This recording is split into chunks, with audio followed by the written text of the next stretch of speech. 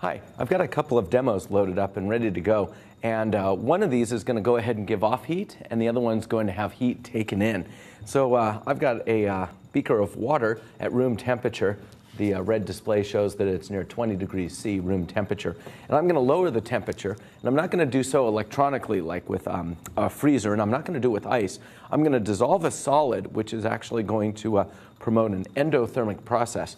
The solid is called ammonium nitrate, and I have the formula on the board, and I'll point that out to you in just a moment. What's going to happen is water molecules will surround this, and the reaction actually sucks in energy. So we're going to see a nice little temperature decrease here.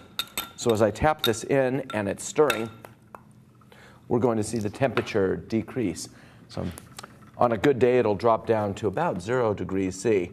So it looks like we've got 7, and it's continuing to drop. The driving force for this reaction is the dissolving. The ammonium and nitrate ions are being surrounded by water, and it's going to a state of more disorder, as we say, and it's making the reaction happen. But in the process, think of it as like an energy vortex. Heat from the outside, heat from the water are sucked in to make the reaction proceed. Oh, and very good, it keeps dropping at 5. There aren't too many of these reactions, so this is rather novel. I also give it the nickname of the cold pack reaction, because these first aid cold packs, these little plastic bags with an inside bag, are available at pharmacies, and what will happen is if somebody bumps themselves like in the playground, somebody might come running over with one of these cold packs. What they do is snap it, and it's mixing the water on the inside with the ammonium nitrate, and it's spontaneously going cold, as demonstrated. Another little process loaded up here is just a simple combustion. I have some methanol, which is a 1-carbon alcohol, and I'm going to spray some on the counter and just go ahead and light it on fire. And flames are given off, a sign that we have heat, and I'll give personal testimony. It's warm. We have yellow, orange, blue flames here.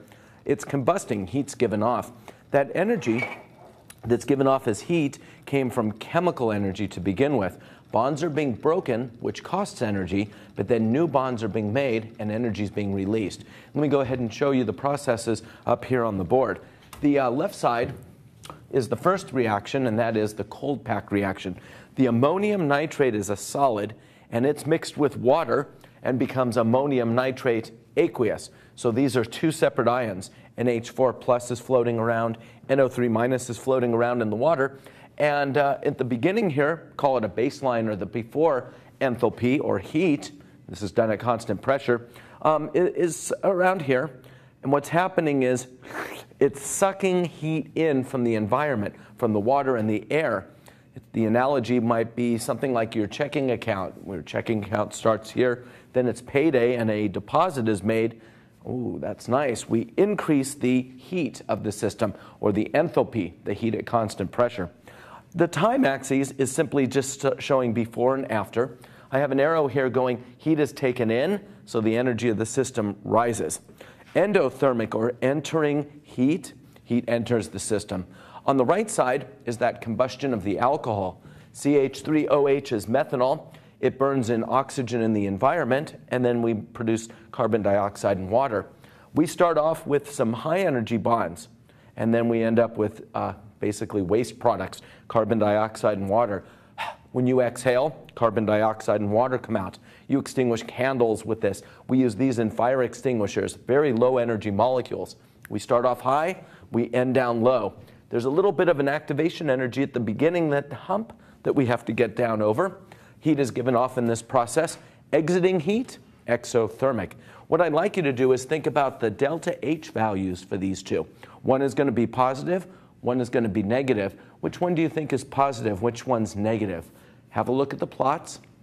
See what's happening to the energy of the system. I wrote down that our endothermic is positive.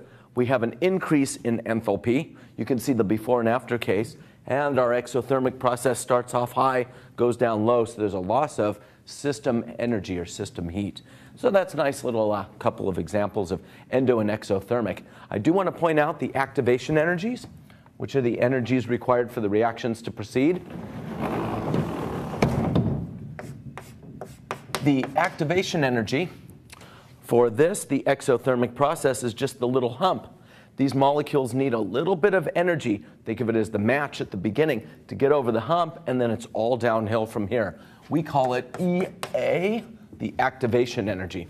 Now, many people will look at this and they might be thinking, hey, the activation energy is that little hump there, but it's not. The activation energy for an endothermic process would be the entire peak, the whole thing. And that's because of its being based on the definition of the activation energy, the energy required for the reaction to proceed.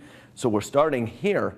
If we give it just a little bit of energy, you might be thinking at the beginning, maybe this much, and that's not enough to go over the hump. So the activation energy is all the way over the top, and then you get a little bit back at the end.